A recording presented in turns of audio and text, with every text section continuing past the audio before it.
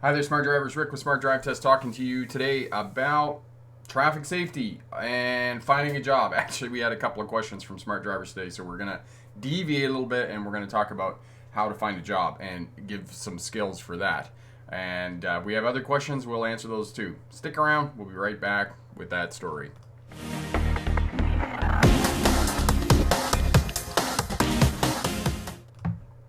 Hi there, Smart Drivers. Rick with Smart Drive Test talking to you on a Saturday. And Ryan is here from Saskatchewan. Wheelman's here from Portugal. He says overcast and 18 degrees Celsius. Very nice. Frederick is here from Denmark. And Janet is tuning in from Ontario. And she says it's sunny, not so bad in Ontario. Awesome. So a few people here. And I had a couple of questions from Smart Drivers about finding a job. And, you know...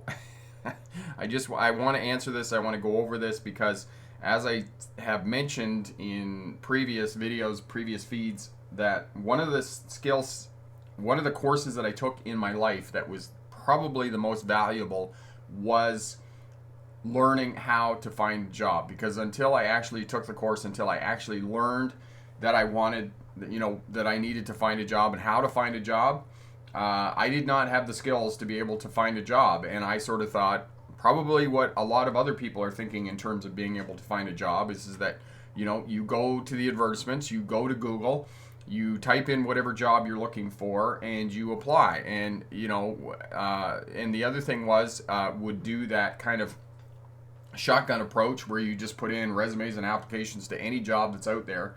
And you're not being strategic in the work that you're looking for or the jobs that you're trying to target. You're just willing to take anything. And one of the statistics that I read the other day in one of the books that I was reading, it said that 70% of people who work, 70% of employees would rather be working somewhere else. 70%. Most of the population would rather be working somewhere else.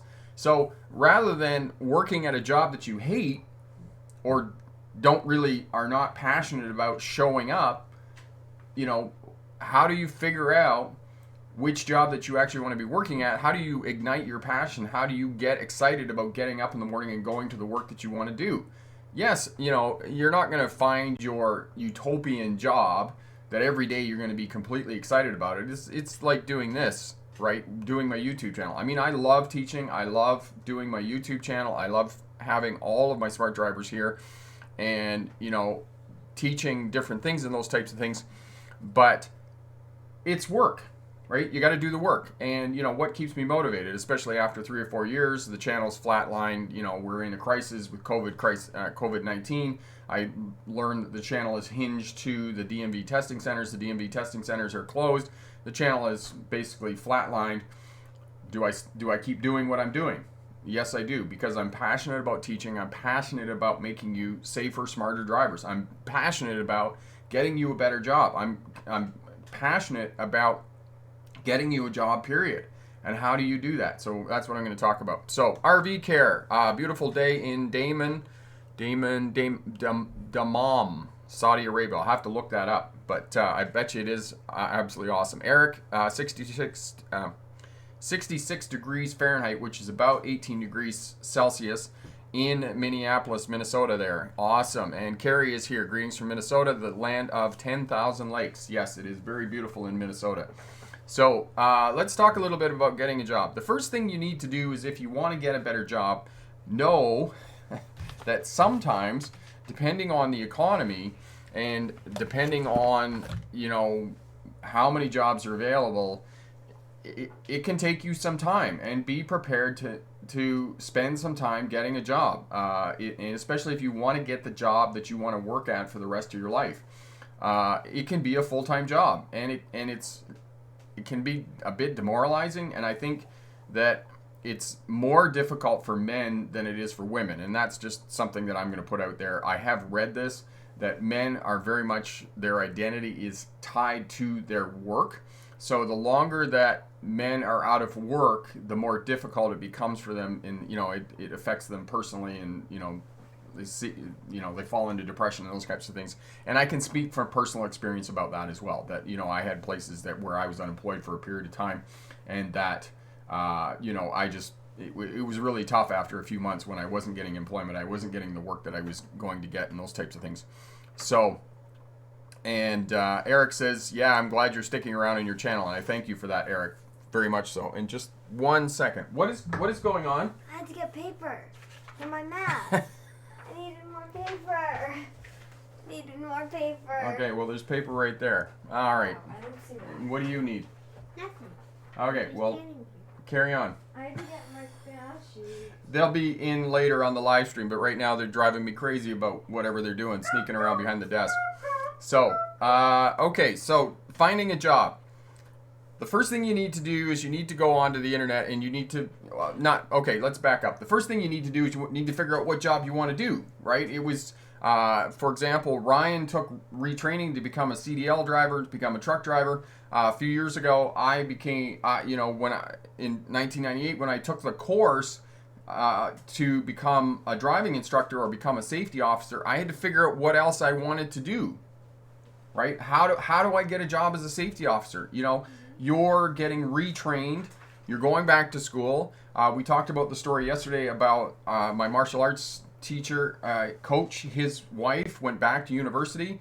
Sometimes if you go back to university, you're looking at 3, 4, 5 years, maybe 6 years, depending on what you're going to do in terms of a professional occupation. You know, if you want to be a medical doctor and you want to help people, you could go back to university or going back to school for a number of years. And how is that going to work out? It was the same thing before I started the YouTube channel. I had a plan that I was going to go to work, drive truck for 10 months, and then I was going to go back to university. That plan changed when I started the YouTube channel, and the YouTube channel became successful.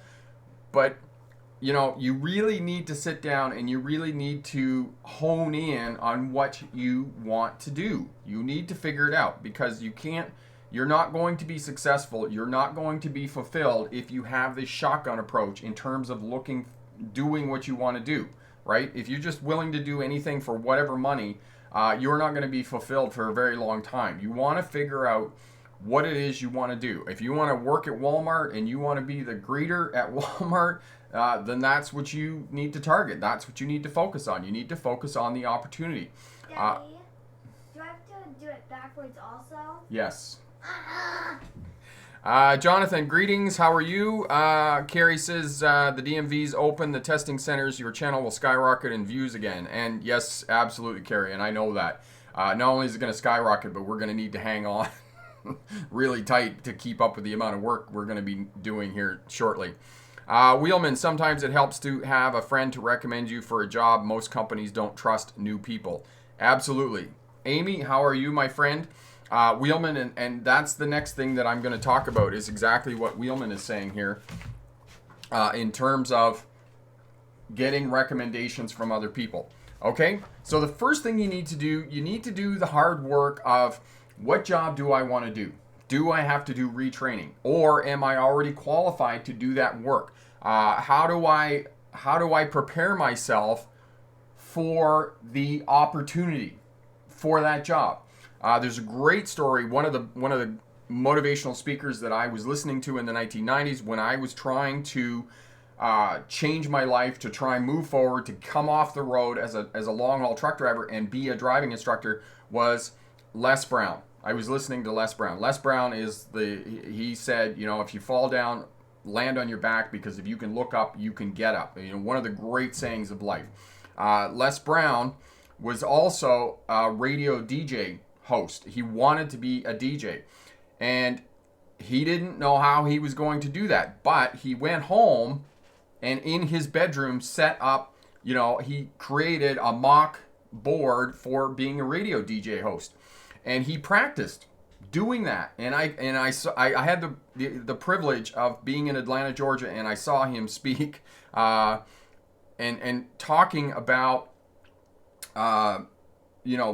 practicing for that opportunity. And then he got a job in a radio station working as a janitor. And he worked and he hung around with the engineers, he hung around with the DJs, he listened to them talk, he heard the language and those types of things. And then eventually he was working in the radio station one night. One of the DJs didn't show up they needed somebody to fill the spot, and he said, he put up his hand. He said, listen, I can do this. I can fill in the spot. So, it was a late night spot. They gave him an opportunity, and he went in, and because he had practiced for the opportunity, he was ready. He was absolutely ready to be a DJ, and he got hired by the radio station to do a part-time slot, and then he got hired as a full-time radio DJ. So think about it. There's always a way that you can get practice for the opportunity and get in to the job that you want to do. Jonathan, you're definitely right on the mark, Rick. What matters is what you want to do in life and why you want to do it. It takes a lot of soul searching and exposure to know what you want. That's absolutely right, Jonathan. And the other thing that I'll speak to that about is that, sometimes it's not about what you want to do, but knowing that there's things in life that you don't want to do, and then you move forward from that point. Please, Bear, go and find something to do. Sometimes movies on television are not the best thing. He's sitting here mocking me in the background, imitating my hand movements and that sort of thing. So anyway, Amy, I am good. Have a clogged ear, but good. So far, no accidents. That's brilliant. Absolutely great. So you got to do the soul searching. You got to do the work. You got to figure out, you got to sit down and write out a list. Okay, I don't want to do this. I don't want to do that. And then from what you want to do, what you figure out, then you move forward to what you do want to do. It was the same thing as when I drove coaches, when I was doing my university degree, when I was doing my graduate degree, I knew that a lot of the runs were at night. And I said to them, I said, listen, I can't work nights. I can't go to university, put the energy and time in that I need to do my university studies, and go and do a weekend run and work nights and then come back to university and be 100% at university. I knew that because working nights takes too much out of you. And, I just refused to do that. Well, what happened was I eventually lost the job because, unless I was working nights or I, would say yes sir, no sir, and sometimes that's going to happen. And it wasn't such a bad thing that I moved on, because what happened was that I eventually moved on to being a teaching assistant at the university, which was much better. Eric, referrals also help when applying, especially during interviewing. Resume services to help tweak original resumes to spice it up with also accolades. Absolutely. And, if you're not good on computers, you're not good writing resumes and cover letters and those types of things, go on Fiverr, type into Google all of the, how to write resumes, services that you can hire. Spend $10 or $20, even $50, and get your resume really, really looking professional, because you have to realize that even if you go in as a truck driver, there is heaps and heaps of paperwork that you need to do, and your cover letter and your resume are going to reflect your ability to do paperwork. If your resume and your cover letter are sloppy or subpar, they're probably not going to hire you. So you need to have those looking spot on so that you can get hired. Okay? So as Jonathan said, you got to do all of that soul searching. You got to figure out what you want to do, and you need to zero in on what you want to do. And life is trial and error, right? Maybe you go in and you try it and you do it for 3 or 4 years, and then you realize, listen, this is not what I want to do. Because, I think it's rare that we wake up one day and we go, I want to be a truck driver for the rest of my life, or I want to be a civil engineer for the rest of my life, or I want to, I want to work in a zoo for the rest of my life. I think that's rare. I think for most of us, we're going through life and we're searching for what we want to do for the rest of our life. I mean, in my 20s, had somebody said to me, when you're 50, you're going to be running a YouTube channel and teaching people how to be smarter, how to start a career as a truck or bus driver, and to be safer drivers, I would have said, yeah, not likely. But when I was in my 20s, YouTube didn't exist. YouTube didn't exist until I was well into my 40s. So this is what happens. So figure out what you want to do, and then you could be laser focused in on your time and energy in finding the job that you want to do and putting your energies into actually getting that job. So say, for example, that you want to be a bus driver. You're going to get a job as a bus driver. So you get a piece of paper, you go on Google, and you, in your area, wherever you live, type into Google, bus companies, Southern California, for example. Right? Are you willing to move? I mean, that's another question you need to ask yourself in terms of finding a job. So how do you do that? Right? And Amy says that she wants to be a nurse, right? So you go and talk to other nurses, collect information, get as much information you can about whatever profession you want to do. Figure out what's required of you. What are the minimum requirements that you need, as in Amy's case, to be a nurse? Do you need to go to college? Do you need to go to university? What kind of nurse do you want to be? Do you want to work in the ER, the emergency room? Do you want to work in critical care? Do you want to work in palliative care? You know, there's so many different areas that you want to work in as a nurse. So, you know, the first thing is yes, I want to be a nurse, but then what area, what specialty do you want to work in as a nurse? The kid's mom is a palliative care nurse, so she works with the dying, right? And visits people in their homes, because this is what we do in Canada now is that people die in their homes. So nurses go and visit them, and then they look after them and make sure that they're comfortable in that transition. So that's one area of being a nurse that you could potentially do. Now, I'll give you an example of people who are really good at finding jobs. My friend Bill, there's a bunch of videos here on Bill. I've done interviews with Bill, and 6 years ago, he came to the truck driving school, got his license as a truck driver, and took the course. He knew exactly what he wanted to do. He wanted to get his truck driving license. He was going to go to northern Alberta. He was going to work in the north in the oil rigs. And the course was only 2 weeks that he took to get his license. He got his license. He finished on Thursday, and the next Tuesday he was working in the oil fields. But Bill had done a ton of work to find that job before he actually got the job. He was looking for a job even before he started truck driving school. Bill worked here in Vernon, British Columbia at one of the auto parts shops, and every time a customer would come in, he would chat them up. Bill is an incredibly affable person and very, he just likes talking to people and those types of things. So everybody that came in, he said, listen, I'm going to the north. I'm only here for another 3 or 4 weeks, and I'm going to work as a truck driver. Do you know anybody who works in the oil field industry? Do you know anybody who I could call, anybody I could talk to? And this goes back to what Wheelman was saying in terms of other people recommending you. When you're looking for a job, you need to talk to everybody, because it's not, you're not going to get a job from a posting in the newspaper or a posting on Kijiji or on eBay or wherever those postings are going to be, on Google, on any of the resume boards and those types of things. The chances of you getting a job when they've already put out a resume or put out a job posting application for you to apply for that job, the chances of you getting that job are 0 to 1%. You need to tap into the market that is not advertised. Tim, good morning. We'll be talking about road safety soon. I don't know whether we're going to get to it or not today, Tim. I had a couple people ask me about finding a job, so we're kind of talking about that a little bit. I'll definitely tomorrow for sure. I'll get back to that.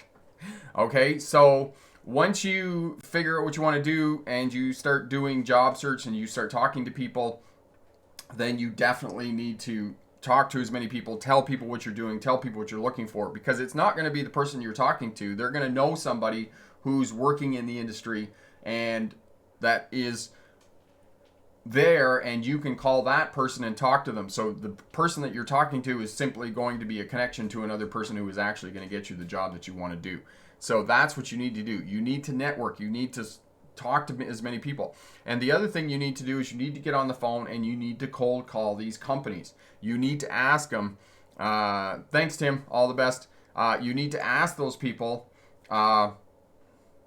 you need to get on the phone. You need to talk to general managers. You need to talk to the people who are responsible for hiring. You need to ask as many questions as you can. And I know it's really tough cold calling companies. It's intimidating, but most of the successful jobs that I've had in my life, in terms of getting a job, has been through cold calling. I talked to you, I think briefly, that I worked creating curriculum for the London Transit in 1998. It was cold calling. That's how I got the job. And think of it this way. You're doing them a favor by cold calling them and telling them that you're looking for a job and that you are really willing to go to work. Because if you respond to an application or a job posting that's already gone out, they're going to get hundreds of resumes, depending on what the position is, hundreds of resumes, and some poor person in the office, often it's the general manager, has to go through that stack of resumes and job applications, and they have to figure out who they're going to hire. And that is an overwhelming task. Whereas if the company is thinking of hiring another person, and they're thinking about it, and they're in the initial stages, and you call up and you say, listen, who's responsible for hiring? And you already got your foot in the door. You're already way ahead of the pack, because they're going to say, oh my God, yes, please come in and talk to me and see what we can do. And they're going to give you the treatment because you're actually doing them a favor. You're actually saving them so much time. So networking, talking to other friends and those types of things, cold call, and find the jobs that are not advertised, because you're going to be so far ahead of the curve as opposed to just trying to find another job that's already job posting. Think of it this way. It's the 20-80 rule, right? You can either spend 80% of your time applying for jobs that are not going to be there, 20% of the jobs, or you can take 20% of your energy and apply for 80% of the jobs that probably are there, right? That's the way it is, because you're going after the jobs that are not yet advertised. And I'll tell you another mistake I made in terms of looking for jobs. Make sure that when you're got a company and you're talking to them and they say, yes, we do hire those people, but we're not hiring right now, make sure you say to them, listen, can I call you back in another month? Can I call you back in a month? And make sure you put it on your calendar. Make sure you phone them back. Because years ago, there was a trucking company that I wanted to work for as a safety officer. I called these people and I talked to them, and they said, yeah, we're looking at it. We're thinking about it and those types of things. And I said, can I call you back in a month? And yes, they did. I called them on month 1. I called them on month 2. I called them on month 3. I called them on month 4. I didn't call them on month 5. And you know what happened? On month 6, the job posting showed up in the newspaper. And they didn't call me, right? They had my resume and application on file. For whatever reason, they didn't call me. But had I called them back on month 5 and said, listen, I'm still interested, I'm still looking for a job, I probably would have got in, I probably would have got an interview, and I probably would have got the job, because they would not have had to go through the process of putting a job posting in, paying for it, and getting hundreds and hundreds of resumes to work as a safety officer. So make sure that you follow up. It is very important that you follow up. Okay, Wheelman, the oil fields are very tough, but good money there, hard jobs and good money. And yes, and what happened with Bill when he finished at the truck driving school on Thursday and he went to work for the oil company on Tuesday is he had a plan that he was only going to work in the oil industry for 3 years, and then he was going to retire. This was his retirement plan. He wanted to make enough money that he could go and retire. And that's essentially what he did. He went and worked in the oil fields for 3 years, made a lot of money, and then he retired. And he had a plan. He followed the plan. He stuck to the plan. And now, he's happily retired. He spends half of his year, he spends the summer up here in Vernon, and his wife is from Mexico, and then they go and spend the winter in Mexico, and they travel back and forth. And, he did what he wanted to do. He figured out the plan. He figured out what he wanted to do, and he got a job, and he went there, and he did that. And, he's kind of my poster child when I talk to people about finding a job. So if you're looking for a job, you want to be a nurse, this is the thing. These are the things that you have to do. Eric, speaking of car accidents, first responders, which are nurses, yes, do get special bonuses on their deductible. Yeah, you talked to me about that yesterday, Eric. Carrie, yes, I definitely need to change the thumbnail and change the title. It was kind of last minute here. I got a couple of requests about finding a job and how to do that. So, yeah, we'll definitely do that as soon as I get this finished here. Amy, or physical therapist, but first I will start as a CNA. Amy, what is a CNA?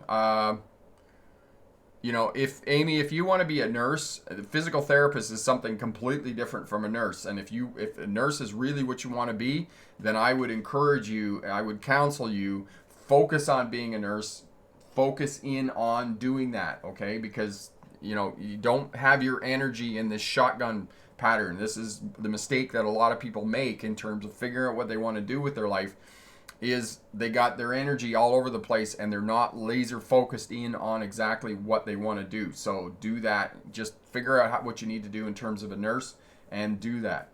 So again, figure out what you want to do and then start doing the hard work of figuring out a plan to get to the job that you want to do, because you don't want to work the rest of your life not doing what you want to do, or at least doing something that you know is not violating the things in your life that you are not willing to do, right? You don't want to work nights. You know, it was the same thing years ago.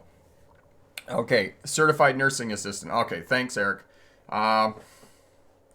Okay, and that is definitely one of the things that you can do, Amy, in terms of certified nursing assistant. Get in there, start working towards that, and then you can tier up, right? You can work as a certified nursing assistant. You can figure out which area in nursing that you want to work in, and then you can take the next step, right? You become an LPN. You can work as an LPN, and then the next one you can become a registered nurse and do, get to where you want to go. A lot of times, getting to what you actually want to do may not be, it's not what you're going to land into right away, but you can work your way up. It's the same thing as Les Brown with the story of him being a DJ, right?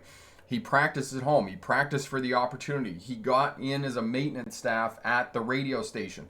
He wasn't working as a radio DJ yet, but he was working in and around that and spending his time with DJs. He was spending his time with audio engineers. He was learning the trade, right? And he tiered up, right? He stepped up to eventually getting to what he wanted to do. He worked part-time, and then he worked full-time, got his own slot, right? So that's what you need to do. Figure out the plan and work towards that opportunity.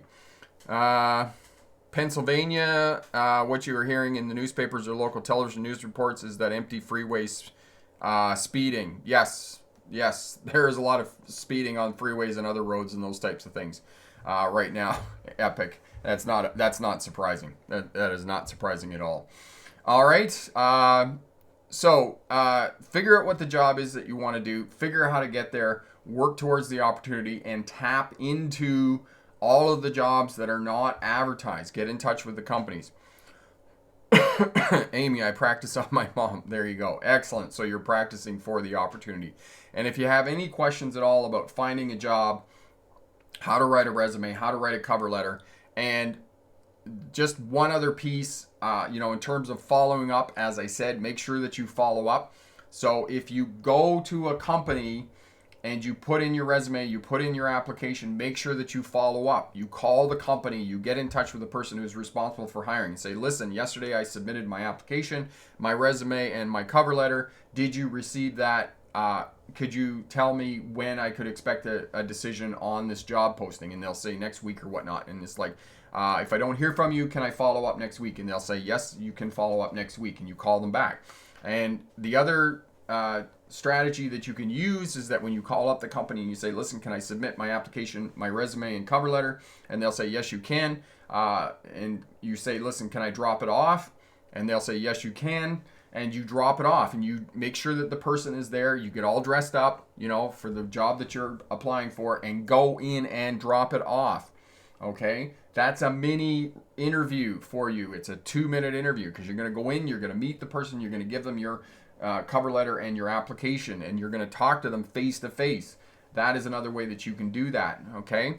As Wheelman said, that you can get a recommendation from other people who already work at the company to get in there. That's going to shoehorn you into the company. But these other strategies that you can use to get yourself hired are going to work for you, and they are incredibly important.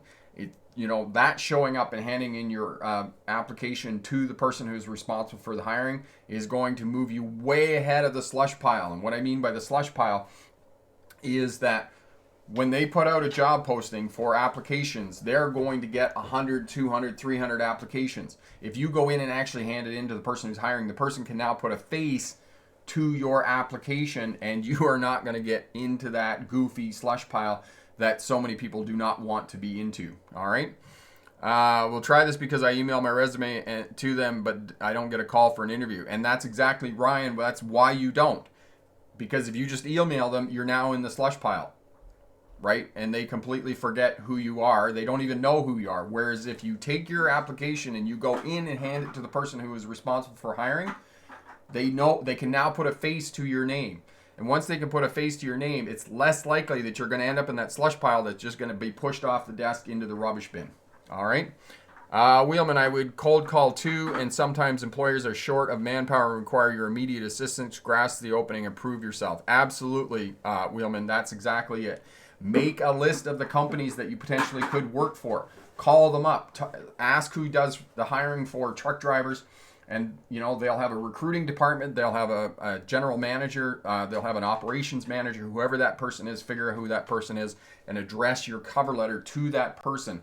Get in touch with that person and say, can I drop off my application? When are you available that I could drop it off? Get dressed up. Go in. You know, if it's Bob Seymour, who's the operations manager, talk to Bob Seymour. Listen, figure out when he's there and say, listen, can I drop it off at 11 a.m. tomorrow? Are you available for me to drop that off? And they'll say yes.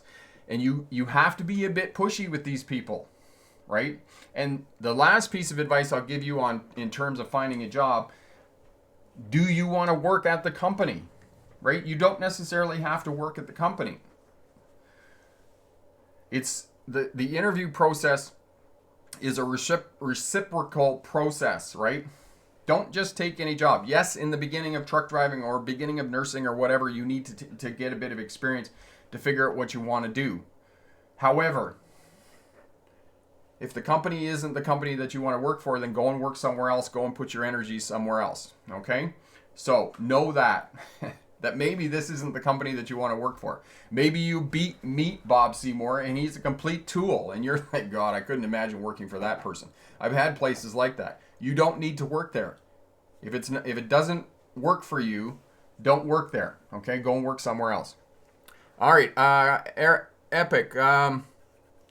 Lots of slow machinery on rural roads and semi-hauling grain elevators to be dried. Need encouraging people around you when you're job searching, as it can be discouraging at times. That's absolutely right, Carrie. You need support, people around you who are going to support you, and there's always organizations within your community where you can go and they will have support for you as well, and resources for you to write resumes and those types of things if you don't have access to computers and whatnot. And these people can be part of your support network because, as you said, yes, it can be incredibly discouraging at times, right? So you need that support network in place to keep going forward and keep finding a job. All right? So we'll leave it there for today. And, as this crisis carries on, I guess Burns got something to say here. What do you got to say?